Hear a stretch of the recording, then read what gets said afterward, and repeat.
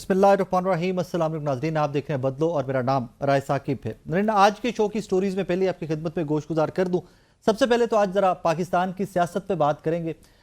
इमरान खान साहब ने I think इजाज़त दे दी है पाकिस्तान तहरीक इंसाफ की जो नशिस्तें खाली हुई हैं उनके ऊपर आप लोग डिसाइड कर लीजिए, पॉलिटिकल कमेटी डिसाइड कर लीजिए कि आपने इलेक्शन लड़ना है या नहीं लड़ना। लेकिन आई थिंक सबसे बड़ी खबर ये थी कि महमूद अचकज़ई साहब को अपोजिशन लीडर बनाया जा रहा है नेशनल असम्बली के अंदर।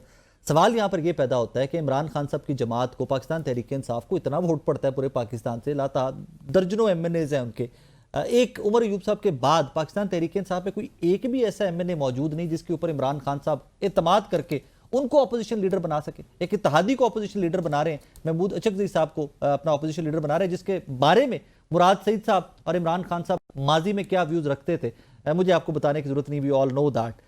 अब यहाँ पर ये सवाल पाकिस्तान तहरीक इंसाफ की इंटरनल जो मीटिंग्स हैं या जो अपनी उनकी इंटरनल पार्टी है उनके लिए ऑब्वियसली कोई बहुत कंफर्टिंग डिसीजन नहीं होगा या बहुत कोई ऐसा डिसीजन नहीं होगा कि जिसके ऊपर वो बिल्कुल कहेंगे लब्बैक जी खान साहब ने कह दिया। आई एम श्योर कि इसको रेजिस्ट भी किया जाएगा समहाउ और चेंज करवाने की कोशिश भी की जाएगी। लेकिन माजी की मिसालें ऐसी हैं कि इमरान खान साहब अनकन्वेंशनल किस्म के डिसीजन और अनकन्वेंशनल किस्म की मूव्स कर जाते हैं और पाकिस्तान तहरीक इंसाफ दस्तयाब लीडरशिप उनका मुंह देखती रहती है। इसी के आज ही के शो के अंदर सेकंड सेगमेंट में हम जरा रुख करेंगे खैबर पख्तूनख्वा का और कराची का। स्पेसिफिकली खैबर पख्तूनख्वा के भी जो रेस्क्यू ऑपरेशन है वहाँ पर क्या सूरत हाल है और कराची में अभी तक क्या सूरत हाल है, क्योंकि कल से कराची डूबा पड़ा है। और बदकिस्मती की बात यह है कि पाकिस्तान का सबसे बड़ा शहर, अरबों खरबों रुपए के फंड्स, 17 साल पीपल्स पार्टी की गवर्नमेंट, और फिर भी एक शहर का ड्रेनिंग सिस्टम इस काबिल नहीं हो सका कि बारिशों को 200 mm के करीब बारिश को वो कंट्रोल कर सके। और इसी पे मैं गोशगुजार कल के शो में भी किया था कि वो तमाम लोग जो कराची या पंजाब लाहौर में बैठकर KPK को तनकीद का निशाना बनाते रहे, उन तमाम लोगों के लिए मेरा कल भी पैगाम यही था और आज भी यही पैगाम है कि हम ग्लोबल वार्मिंग का विक्टिम है। दो हमारी कॉन्ट्रीब्यूशन बहुत कम है लेकिन हम विक्टिम बहुत बड़े हैं ग्लोबल वार्मिंग पे। इस पे पॉइंट स्कोरिंग या सियासत की बजाय एक दूसरे का साथ देना सीखिए। और आज ही खैबर पख्तूनख्वा हुकूमत ने भी कुछ जो ओवरसीज पाकिस्तानी डोनेशंस भेज रहे हैं उनके लिए एक अकाउंट शेयर किया है कि उस अकाउंट के अंदर डोनेशंस भेजे जाएं जो डायरेक्टली वहाँ के लोग हैं, बुनेर के, सवात के, सवाबी के और जो बाकी अफेक्टेड एरियाज़ हैं वहाँ के लोगों के वो आपके डोनेशंस काम आ सकेंगे और फर्दर उनकी रिहेबिलिटेशन में वो इस्तेमाल होंगे। Let's start today's show. आज के शो के पहले मेहमान का तारुफ करवा दूँ, हमें ज्वाइन किए पाकिस्तान तहरीक इंसाफ के सीनियर रहनुमा रऊफ हसन साहब ने। रऊफ साहब अस्सलाम वालेकुम सर। वालेकुम अस्सलाम राय साहब। सर हाउ आर यू, खैरियत से आप? ठीक है सर, बिल्कुल खैरियत से। आप ठीक हैं sir? Thank you very much sir. आज इमरान खान साहब की इंस्ट्रक्शंस पहले तो जो हम तक पहुंची मीडिया तक, आप ऑब्वियसली आप लोगों के थ्रू जो वकला मुलाकात करते हैं या फैमिली मुलाकात करती है, कि जो पाकिस्तान तहरीक इंसाफ के MNAs MPs डी सीट हुए हैं 9 मई के केसेस के फैसले आने के बाद, उन सीटों के ऊपर इलेक्शन कॉन्टेस्ट नहीं किया जाएगा। लेकिन आज उसके ऊपर कुछ अपडेट्स आए हैं कि since political party has probably decided कि उनके ऊपर इलेक्शन लड़ने जा रहे हैं आप लोग। थैंक यू राय साहब। जी, जब ये खान साहब का फैसला आया था हमारे पास लास्ट टाइम, तो उसके ऊपर फिर ये पार्लियामेंट्री पार्टी ने डिबेट किया था और फिर वो मामला जो है वो पॉलिटिकल कमेटी में आया था।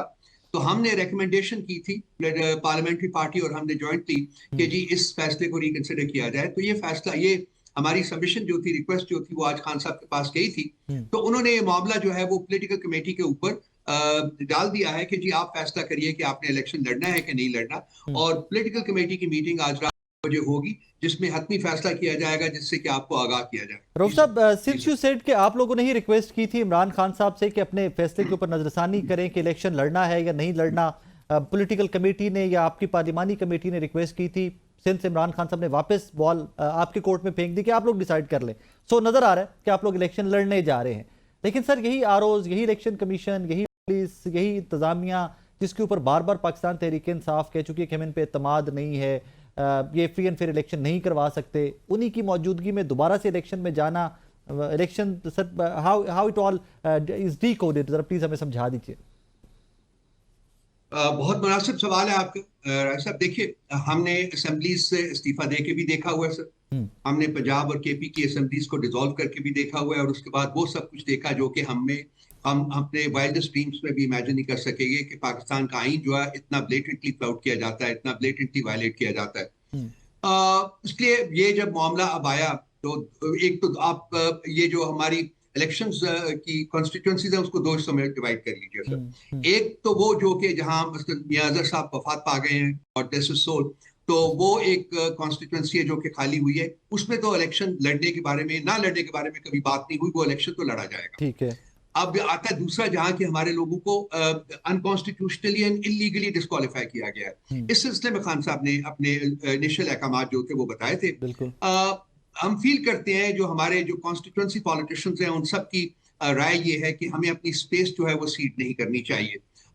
कॉन्स्टिट्यूंसी पॉलिटिक्स की अपनी एक उसका एक तरीका होता है, और हम एक पॉलिटिकल एक्टिविटी जो है वो जनरेट होगी और हमें वो स्पेस सीट नहीं करनी चाहिए। इसके साथ मेरा ख्याल है कि पॉलिटिकल कमेटी भी हम आहंग थी लास्ट टाइम जब ये डिस्कस हुआ था, एंड मोस्ट प्रोबेबली देखिए मैं ये कहूंगा कि स्पेस छोड़ना जो है, सीट करना जो है वो मामले का हल नहीं है। हमें इस इलेक्शन कमीशन की मौजूदगी में, आरओ की मौजूदगी में और एक अनकॉन्स्टिट्यूशनल एंड इलीगल जो सिस्टम है इन प्लेस, इसकी मौजूदगी में भी हमें अपनी सियासी जद्दोजहद जो है एक कॉन्स्टिट्यूशनल और कॉन्स्टिट्यूंसी रिलेटेड सियासी जद्दोजहद जो है उसको जारी रखना चाहिए। यही वो मुहरकात है जिसकी वजह से मेरा ख्याल है कि आज भी पॉलिटिकल कमेटी यही फैसला करेगी कि हम इलेक्शंस में हिस्सा लेंगे, हम एब्सटेन नहीं करेंगे। सर आपने फरमाया कि जो लोग उम्मीदवार थे या जो लोग डी सीट हुए हैं उनकी भी यही राय थी कि हल्के खाली नहीं छोड़े जाने चाहिए। मेरी जाती इन्फॉर्मेशन भी है कुछ हल्कों के बारे में कि उन्हीं फैमिलीज में दोबारा से टिकट दिया जा रहा है, जो लोग डी सीट हुए उन्हीं फैमिलीज को दोबारा टिकट दिया जा रहा है। तो सर ये तो फिर वही जो होता था ना, वो किंग्स पार्टीज या जो कह लीजिए इलेक्टेबल्स या वही लोग के जो बार बार इलेक्ट होते आ रहे हैं, पाकिस्तान तहरीक इंसाफ भी सर उसी रविश पे चल पड़ी फिर। नहीं, आपकी इस स्टेटमेंट से बिल्कुल एग्री नहीं करता हूं। देखिए ये लोगों ने इनको डिस्क्वालीफाई क्यों किया गया, ये कोई उन्होंने खुद अपनी गलती नहीं की है, बल्कि जो पार्टी का जो मौकफ था उसकी हमायत में उनको पनिश किया गया है, उनको सजा दी गई है। तो ये एक बहुत पहले फैसला हो चुका था कि अगर ये लोग डिस्क्वालीफाई हुए तो ये इसका जो प्रेरोगेटिव है नॉमिनेट करने का वो इन्हीं को दिया जाएगा। ये एक यूनानिमस फैसला था और ये बहुत पहले हो चुका हुआ था। इसमें वो फैक्टर नहीं आता जिसका जिक्र आपने किया है कि सिर्फ और सिर्फ ये है कि अगर हम इनको छोड़ नहीं सकते क्योंकि इनको सजा दी गई है पार्टी के साथ कमिटमेंट मेंटेन रखने के ऊपर, इसलिए उनको ये प्रेरोगेटिव दिया। It does make sense, it totally make sense. Sir थोड़ा सा आगे बढ़ते हैं। आज रात खबर कल रात की आई, आज कॉन्फर्मेशन आ गई सलमान खान राजा साहब से भी, महमूद अचकजई साहब वाली ऑपोजिशन लीडर नेशनल असेंबली के अंदर। सर मेरा एक बड़ा सादा सा सवाल, जब ये इन्फॉर्मेशन रात भी मेरे पास आई तो मैं खुद ही बैठा सोच रहा था अकेला, और फिर सुबह भी आज दोस्तों से डिस्कस कर रहा था। इमरान खान साहब की पार्टी को सर लोगों ने बड़े वोट दिए, बड़े एमएनएस बने, बेतहाशा एमपीएस बने हैं, चारों सूबों के अंदर एमपीएस बने। सर ये पाकिस्तान तहरीक इंसाफ में कोई ऐसा बंदा नहीं बचा था कि जो इमरान खान साहब की अपनी पार्टी का बंदा ऑपोजिशन लीडर बन सकता, कि महमूद अचकजई साहब को बनाना पड़ गया? ये भी आपका बहुत मुनासिब सवाल है राय साहब, मैं एग्री करता हूं कि ये हुई है और होगी।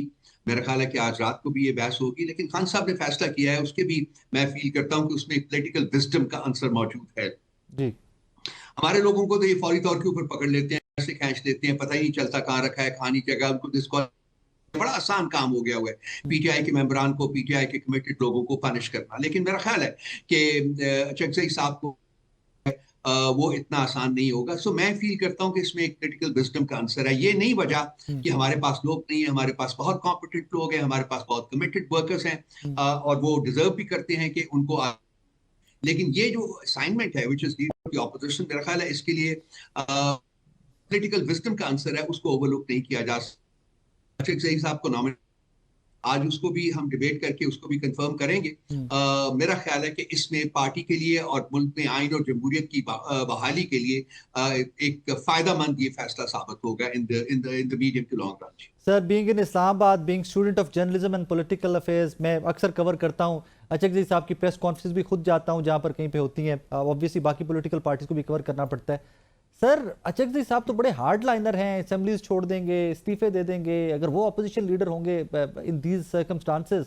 तो डोंट यू थिंक सो कि पाकिस्तान तहरीक इंसाफ की अपनी पॉलिटिकल लाइन और अचकजई साहब की लाइन थोड़ी सी डिफरेंट है एट दिस मोमेंट? वो लाइजन कैसे बनेगा सर?